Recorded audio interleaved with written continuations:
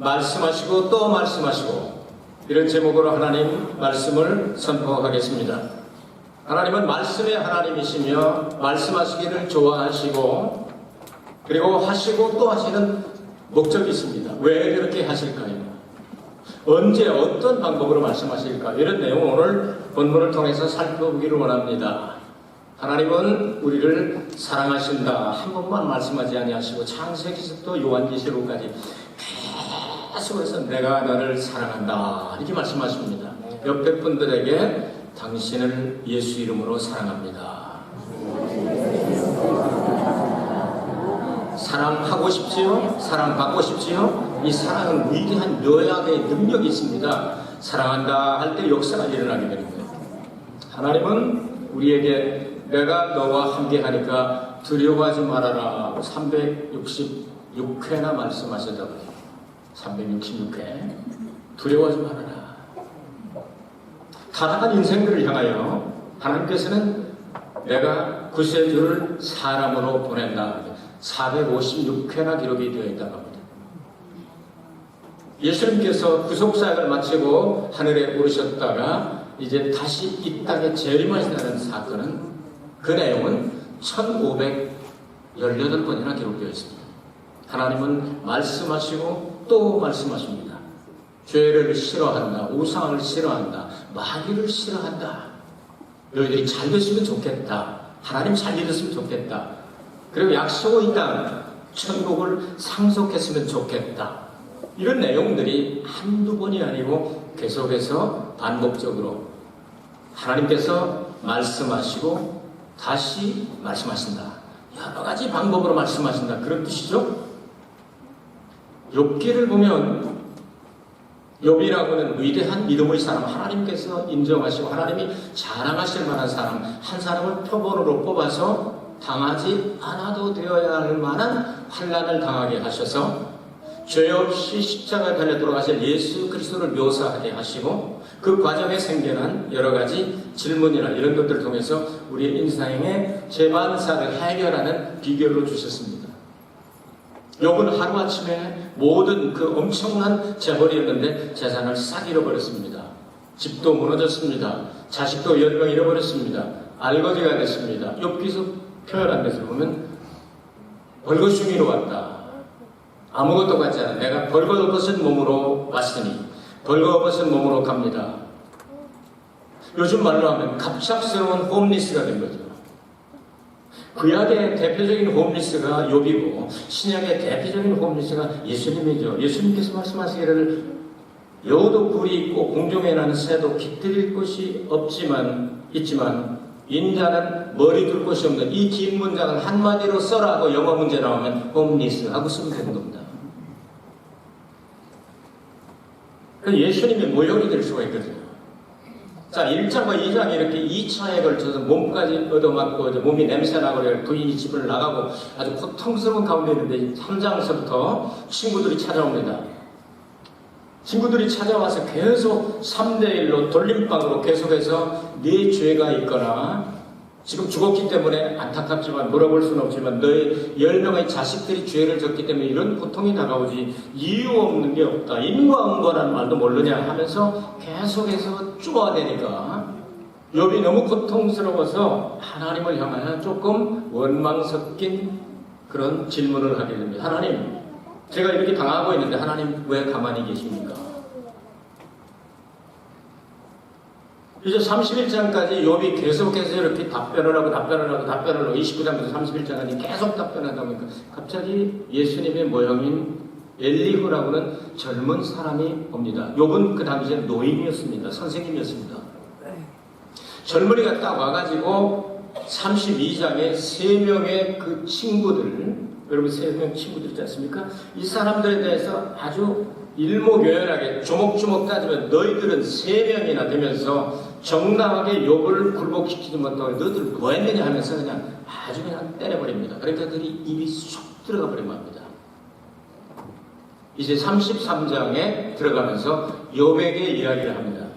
당신에게도 할 말이 있습니다. 선생님에게도 할 말이 있습니다. 나 젊지만 다 젊다고 해서 지혜가 없는 게 아니라 하나님이 지혜를 주시면, 영을 주시면 얼마든지 얘기할 수 있는 거 아니겠습니까? 하고 이야기를 합니다.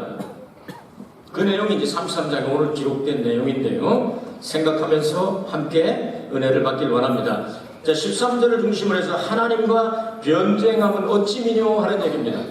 12절부터 보면 하나님은 위대하시고 엄청나신 분이기 때문에 너 같은 사람, 당신 같은 사람 상대도 안 되고 비교도 안 되지만 내가 할 말이 있으니까 한번 당신 들어보시오. 지금 이 13절 말씀을 통해서 이 이야기를 하길 원하는 게 뭐냐면 하나님을 약간 원망스러운 이 어조를 가지고 이야기를 했단 말이죠. 그도 그럴 것이 여러분 세상에 살면서 욕처럼 온전하게 산 사람 몇 사람 없을 겁니다. 여러분께서도 어려운 일을 당할 때, 환난을 당할 때, 질병을 당할 때, 돈이 떨어졌을 때, 재난을 당했을 때 우선 자기 자신을 살피죠. 내가 뭘 잘못해서 하나님이 이렇게 말씀하시는가 하고 살펴봐도 아무리 살펴봐도 찾을 수가 없을 때는 생각나는 게 없는데 왜 그럴까 하다가 이제 하나님 저한테 좀 답변을 해주시면 안 될까요? 하고 이제 질문을 하게 되죠. 그런데 이 엘리후가 도전하는 내용은 12절에 내가 네게 대답하리라. 하나님한테 묻지 마라. 이 말에 내가 의롭지 못하니 하나님은 사람보다 크심이니라. 그러면서 13절에 하나님은 진술 불필요한 그런 분이다. 하나님은 모든 행하시는 것을 스스로 진술치 아니하시나니 내가 하나님과 변쟁하면 어찌미뇨 이렇게 말해서 하나님이 얼마나 바쁘신데 너 한 사람 놓고 네가 말하는 거 한마디 한마디를 다 대답할 필요도 없고 대답을 안 해주시고 또 다른 방법을 통해서 말씀하시고 또 말씀하시기 때문에 당신이 그렇게 하나님을 향하여 할만하냐? 당신 마음속에 말에 실존하는 것은 조금이라도 하나님에 대한 원망과 불평이 섞여 있지 않느냐? 내가 대답하리라 하고 도전을 하고 있는 겁니다.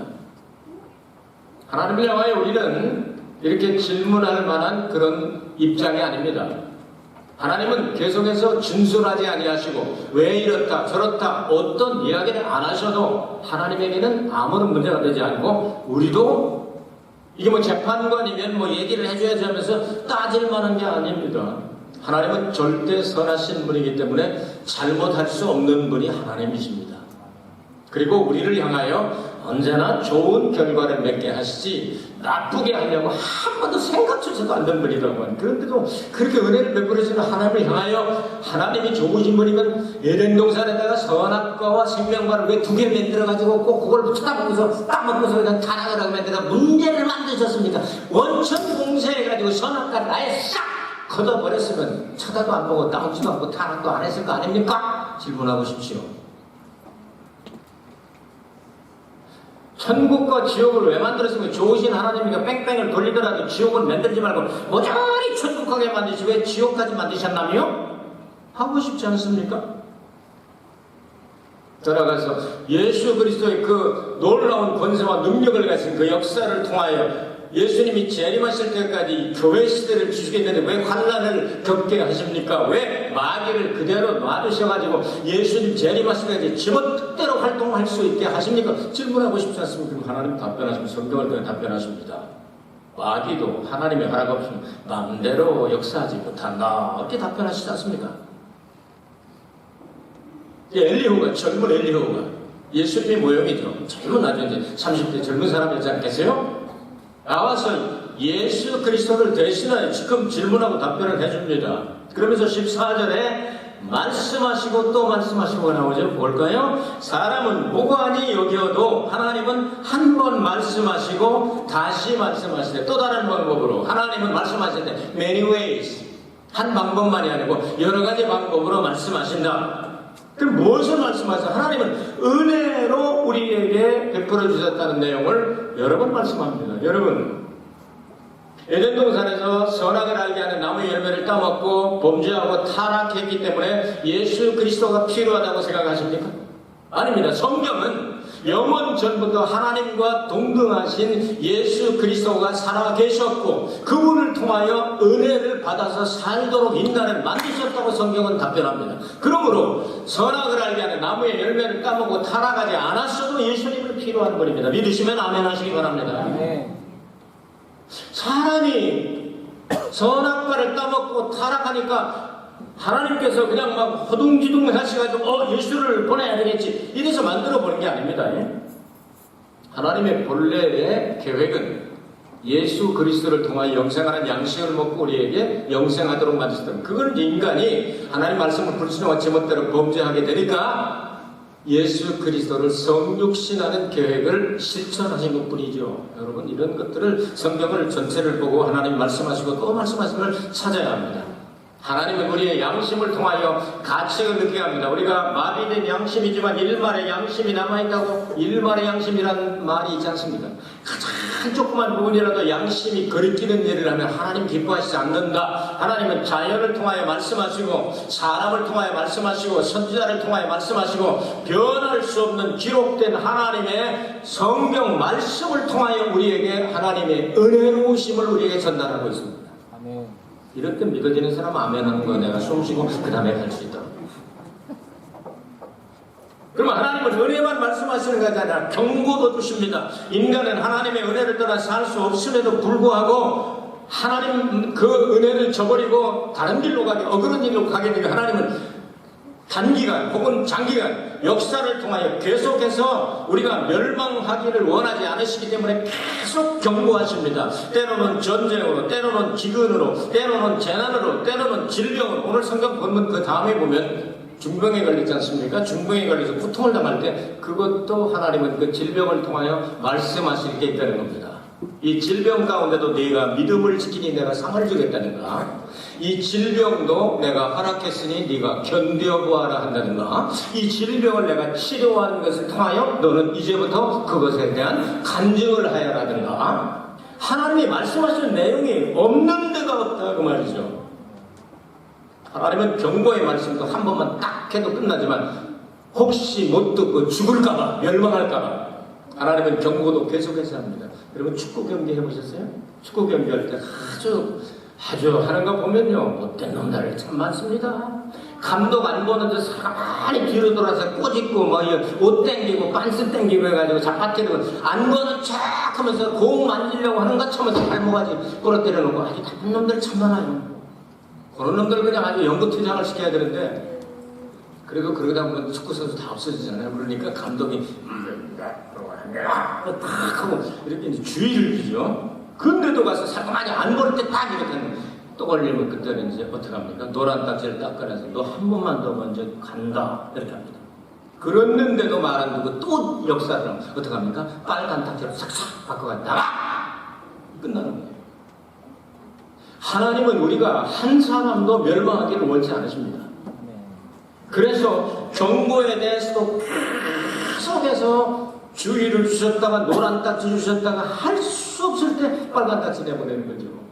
하나님은 그렇게까지라도 하셔서 우리가 한 사람도 멸망받지 않고 구원받기를 원하시지만 인간 그것을 깨닫지 못한단 말이죠. 은혜도 못 깨닫고 경고도 못 깨닫고, 그러니까 답답해요. 늘 가슴을 치면서 하나님이 얼마나 마음이 아프시고 얼마나 가슴이 답답하시겠느냐 그 말이에요. 지금 그걸 얘기하는 겁니다. 욥이여, 당신도 깨달을 바가 있어서 하나님이 그렇게 말씀하신 거 아니겠습니까? 기다리라고 말씀하지 않습니까? 좀 더 참아봐야 되지 않습니까? 이런 이야기를 각 37장까지 33장부터 계속 하게 되는데요, 그 말이 오르니까 하나님이 이제 욥기서 38장에 딱 나타나서 욥에게 질문합니다. 너 대장부처럼 딱 허리에 이 끈을 묶고 그 다음에 내가 질문하는 답변해봐라. 모든 답변을 한 가지도 못합니다. 무지한 말로 이치를 가리우는 자가 누굽니까? 저는 참 아무것도 모르는데 괜히 까불었습니다. 제가 아는 것은 제가 이제 죄를 깨달았으니 잼무덤에 앉아가지고 회개하는 것밖에 없습니다. 이 고백하니까 하나님 됐다 하고 갑절의 축복을 주시지 않습니까? 오늘 성경에서 중심되는 내용이 하나님은 말씀하시되 다시 말씀하시고 꿈에라도 말씀하시는 하나님에 대해서 15절부터 18절에 소개해드리기로 원합니다.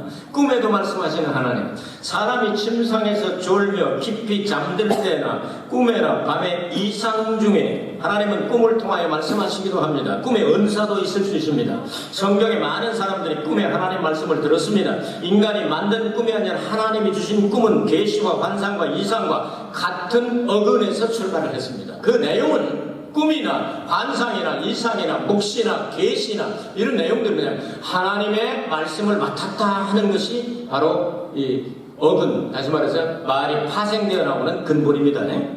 그게 반드시 이루어져야 되는 거죠.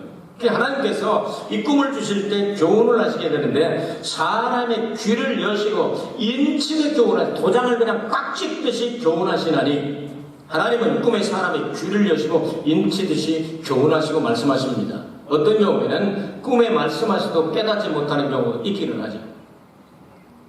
사람들은 뭐 프로이드나 이런 철학자는 그렇게 꿈의 해석이나 이런 책을 보면요, 사람이 생각했던 게 언젠가는 나온다. 그것도 일리는 있습니다. 그러나 하나님께서 꿈을 계시로 주시는 경우가 있다고 말이에요. 그걸 말씀하고 있는 거예요. 하나님 그것을 한 번 말씀하시고 끝나는 게 아니라 계속 말씀하십니다. 느부갓네살이 꿈을 꿨습니다. 금신상을 꿈을 꿨습니다. 위에서부터 이제 모습을 보였는데 머리통은 금이고 가슴은 은이고 배때기는 동이고 그 다음에 이 다리는 철과 흙으로 나눠주니까 거대한 상을 받는데 잃어버렸습니다. 고통스러워서 괴로워서 이 꿈 잃어버렸는데 찾은 사람 나와라! 저번에 결국 다니엘이 등장하지 않습니까? 다니엘이 그 꿈을 그대로 꿔서 이렇게 얘기를 하니까 그 느부갓네살 그 못된 사람이 다니엘이 하나님을 찬송하지 않습니까? 이렇게 해서라도 하나님께서 우리에게 가르쳐 주기를 원하는 거예요. 엘리라고는 제사장이, 여기 좀 삐딱한 제사장이 있었습니다. 자식들 교육도 못 시키고 아주 잘못된 제사장이 있었습니다. 그때 하나님께서는 말씀을 어린 소년 사무엘에게 주시는데 첫 번째 사무엘아 불렀으면 엘리가 부르려고 뛰어갔더니 두 번째, 세 번째 아니라는 거예요. 그래서 그때서 아둔한 사람이 머리가 조금 돌아가지고 하나님이 말씀하시니 모르니까 이제는 말씀하옵소서 주의 종이 듣겠나이다 그렇게 해봐라. 네 번째 하나님이 나타나셨어요. 그리고 이스라엘 암날과 엘리 집안의 그 아주 잔혹사를 말씀을 하시게 되죠. 하나님은 말씀하실 때 또 말씀하시고 사무엘의 귀를 열어주셨던 그 하나님은 성경 말씀을 통하여 선지자들 통하여 우리에게 말씀하시고 또 말씀하십니다. 그 내용이 중심이 뭐냐면 메시아 그리스도를 너희들에게 보내겠다. 456회 예수님 재림하시겠다. 1518번 계속해서 하는 내용이 뭐냐면 반드시 하나님의 백성을 다 찾고 난 다음 예수께서 이 지상에 재림하시겠다 하는 내용을 계속 말씀하십니다. 이래도 못 알아듣겠느냐 하는 말씀입니다. 하나님은 말씀하시되 또 말씀하시고 말씀하시고 또 말씀하시다. 여러분 낮에 생각했던 것들이 이제 뇌가 밤에 자는 동안에 살짝 움직이면서 꿈이 되는, 이게 일반적인 꿈의 해석자들의 이야기죠. 계시의 꿈은 사람이 건드릴 수가 없습니다. 여러분 이상이나 이렇게 졸면서 혹은 환상이나 이런 것들은 주시는 것도 있을 수 있지만 자기가 생각할 때 얼비쳐서 자기가 생각하는 게 나올 수도 있지 않습니까? 꿈은 그게 불가능하죠. 여러분 꿈에서 막 어려운 일을 당하는데 막 그냥 뛰려고 그러면 뛰어집니까? 날려고 날라집니까? 그냥 안 되잖아요. 여러분이 거기에 꿈에 영향을 줄 수가 없다는 거예요. 그래서 꿈에 말씀하신다. 그렇다고 한다면 세상적인 꿈의 해석의 방법, 철학자들이 그 심리학자들이 꿈의 해석 방법대로 한다면 우리가 낮에 좋은 걸 많이 보면 좋겠네요. 성경 많이 읽고 기도 많이 하고 좋은 거 하면 그게 움직이다가 그 성경 보는 꿈 꾸고 그 다음에 축복하는 꿈 꾸고 귀신 쫓는 꿈 나오고 그러지 않겠어요? 이것뿐만 아니라 하나님께서 우리에게 가르칠 내용이 있어서 이런 계시적인 꿈을 주신다고 한다면 우리의 생각이 접근할 수 없고 우리 생각에 영향을 미칠 수 없는 그런 내용이 있을 수 있지 않습니까? 이렇게 말씀하실 때 거기에 귀를 기울이고 순종했으면 좋겠다 하는 얘기입니다. 엘리후를 통하여 노인된 젊은이를 통하여 노인된 욥은 많은 것을 깨닫고 잠잠합니다. 그래서 32장부터 37장까지는 엘리후가 계속 이야기를 합니다. 듣고 보니 일리가 있고 듣고 보니 하나님 말씀하시는 것 같구나. 내가 나이를 헛먹었나. 여러 가지를 생각하면서 잠잠하고 있을 때 폭풍 가운데 하나님이 38장에 등장하시게 됩니다.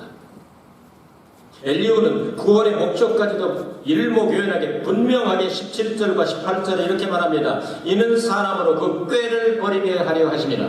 꾀란 말, 악한 꾀, 나쁜 행동, wrongdoing.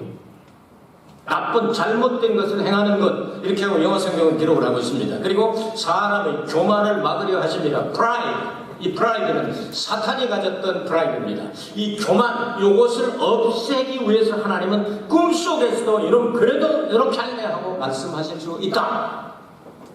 그런 사람의 혼으로 구덩이, 이 구덩이 피트, 지옥 빠져 들어가는 그런 구덩이를 피트라고 그러죠. 이 구덩이에 빠지지 않게 하시며 그 생명으로 칼에 멸망치 않게 하려 하십니다. 그 생명으로 칼에 멸망, 페르신이라는 단어인데, 그 다음에 이 칼, 바이소드라고는 이 칼로 멸망을 당하지 않도록 하게 하시네요. 하나님은 꿈을 통하여 되어질 예언의 말씀을 주시기도 하신다. 사람이 꿈을 꿀 때는 인간의 생각을 좌우할 수 없죠. 그래서 하나님은 인간의 고집이나 욕심을 부릴 수 없는 꿈 속에서도 가르치기를 원하시는 그 목적이 뭐냐? 멸망하지 아니하고 하나님이 구원받기를 원하신다 하는 거예요. 아멘. 아멘. 오늘 내용 정리하겠습니다. 이제 욥이 여기서 당했던 여러 가지 일들이 있는데 참 속상할 수 있지요. 하나님도 인정하였습니다. 그리고 욥도 자기 자신이 그렇게 큰 죄를 지은 것 자기도 찾아낼 수 없을 만큼 온전하게 신앙생활을 잘하는 사람이었습니다.